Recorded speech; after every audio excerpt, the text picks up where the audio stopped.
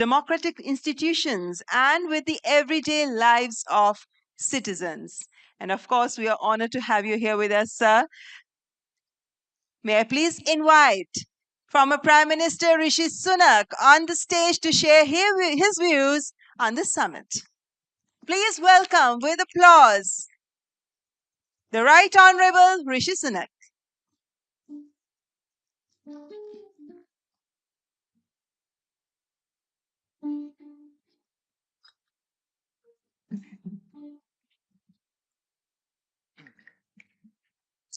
Namaste, thank you. It's such a privilege and indeed a pleasure to be with you today. Now, as we've been hearing all week in Delhi, artificial intelligence can do many things, but it will never replicate that sense of wonder that you feel seeing the Red Fort.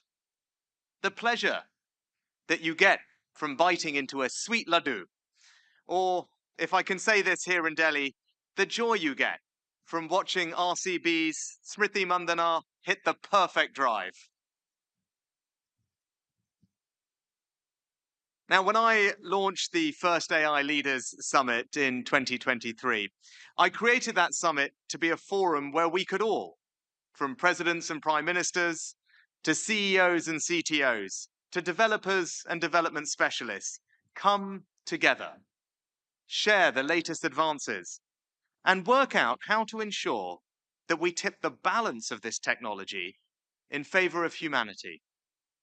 So I'm grateful that South Korea, France, and now India have taken up the baton. Back at Bletchley, we committed ourselves to an AI future that worked for humanity. And that is why the first summit began with safety. There were risks, new risks, that we knew that we must avoid. And I'm proud that the frontier labs today are working with our AI Security Institute to test models before they are deployed, ensuring their safety. But I also knew that AI progress and AI safety went hand in hand. It is by showing the world that this technology is safe that we will be able to fully reap the benefits of it. And the public sector is where trust in AI will really be won or lost. When people see faster services, better healthcare, simpler interactions with government, that's when the debate about AI becomes real rather than abstract. Now, the pace of change that we're about to see is going to be quicker than anybody realizes. I truly believe that there is nothing in our lifetimes that will be more transformative for our economies, for our societies, indeed all our lives, than artificial intelligence. But we do have to appreciate how quickly this is happening. From the invention of the telephone, it took around 75 years to get to 100 million users. It took the PC 15 years.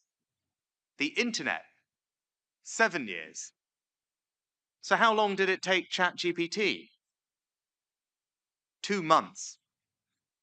So we do need a regular forum where we can all meet and discuss this technology. And that is what this summit provides.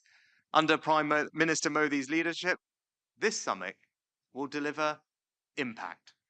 It will show us how we can make AI work not just for the developed world, but for the developing world too. How it can improve health and education in every corner of the globe. How it can enhance human dignity. How it can raise the floor for humanity. And there is no better place to discuss this AI transformation than India. The AI debate is moving from technology to strategy, from what these tools can do to what countries choose to do with them. Indians are among the world's most prolific users of both mobile data and AI tools. You are the second largest contributor to AI projects on GitHub anywhere. The India Stack has shown people how technology can benefit them in their everyday lives. This digital public infrastructure, Aadhaar, UPI, and now Ayushman Bharat health accounts provide universal, digitally verified foundations on which AI applications can now reach 1.4 billion people. The energy that I've seen this week, the young people that I've spoken to, are testament to the vibrant startup ecosystem here in India, which has produced over 125 unicorns, with new fantastic businesses like Sarvam AI leading the way. A remarkable culture of frugal innovation is why India could send Chandrayaan to the moon for less than the cost of making the movie Interstellar. And no country will realize the benefits of AI if its citizens are fearful of it. Because people don't adopt a technology that they are scared of. Again, India has huge advantages here. At a time of mounting AI pessimism in the West, this nation stands out for the fact that almost 9 out of 10 Indians are optimistic about AI. And all of this is why, in the latest Stanford University ranking of global AI powers, India has overtaken the UK into the medal places. Although I should say, England remain just ahead in the ICC test rankings. Now, the sprint to be the first company, and indeed the first country to achieve AGI, dominates our headlines. But what India shows is that the real race is the race for everyday AI, to spread this technology throughout your economy and society. Now, history teaches us that leadership in technology does not only depend on who invents it, but on how effectively it is deployed and adopted in your country. Take the printing press, invented in 1440 in Mainz in Germany, but as Jeffrey Ding shows in his book, Technology and the Great Powers, it was the Dutch Republic that extracted the most value from it, and in turn became the publishing powerhouse of the world. Now, San Francisco may be today's Mainz, but it is increasingly India that is doing what the Dutch Republic did so effectively and maximizing the benefits of this new technology. Because when it comes to AI, adoption is all. It will be those countries and those companies that adopt who will be the biggest winners. Now, India can also lead the way on showing how AI can address the great challenges of our time and raise the floor for humanity. If we are to feed a global population of 10 billion people in 2050, food production must increase by 70%. By 2030, we will have a global shortage of 11 million health workers and 44 million teachers, meaning hundreds of millions won't get the care or education they need. And there is already a $4 trillion funding gap for achieving the Sustainable Development Goals. These problems threaten to cause famine and hardship, to destroy the human potential of billions, and to make the world an ever more unequal place. But AI can and is helping us solve these problems, and at a fraction of the cost. Look at how AgroSmart is enabling farmers in Latin America to access on their phones, in their fields, the kind of up-to-date weather and soil information that up to now has been the preserve of the largest commercial producers. And the results have been sensational. It is boosting crop yields by a fifth while halving water and energy use. Now, this technology offers the chance to achieve a breakthrough in agricultural productivity on the scale of India's green revolution. And if AI helps us achieve this, we truly can feed the world. Now, for most of human history, the most dangerous thing a woman could do is give birth. 1 in 18 married women died from childbirth in 17th century England. Now, that number has fallen by 99% today, but in sub-Saharan Africa, maternal mortality is comparable to what it was in England 4 centuries ago. And AI can help us tackle this inequality.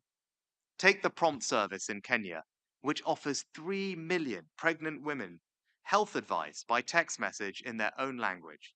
The AI can flag high risk cases and ensure that they quickly get the healthcare and medical care they need. For 74 cents a patient, this technology is saving lives and tackling one of the great injustices of our time. Now, no country has become healthier and wealthier without expanding education. As Kofi Annan reminded us, knowledge is power, information is liberating, education is the premise of progress in every society, in every family.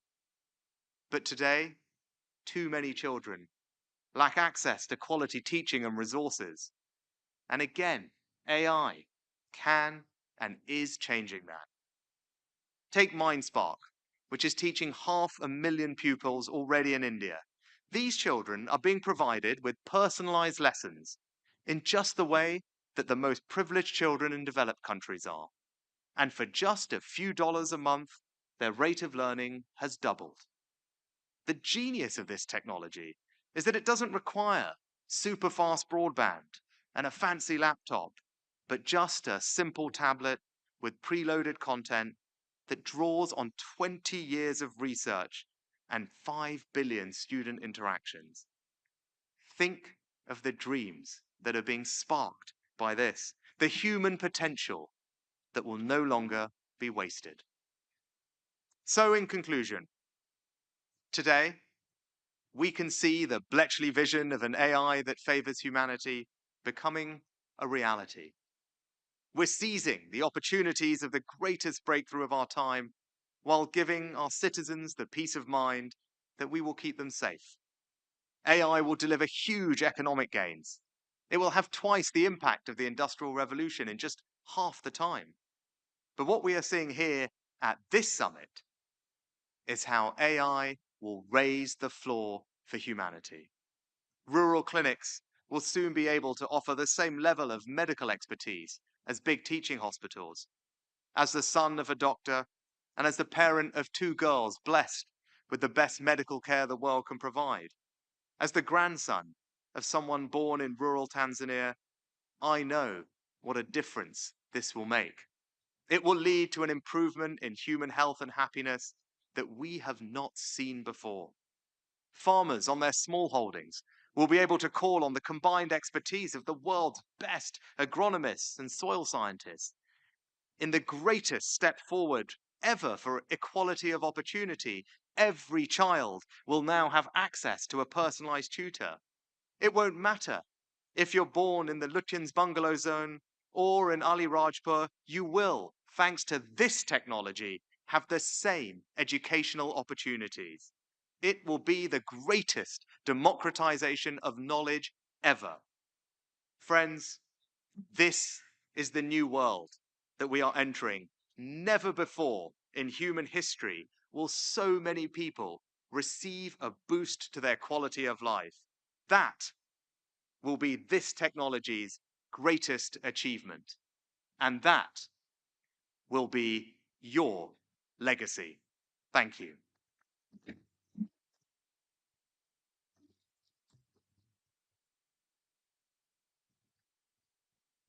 Thank you so much, sir. Your reflections on artificial intelligence and its use in overcoming the global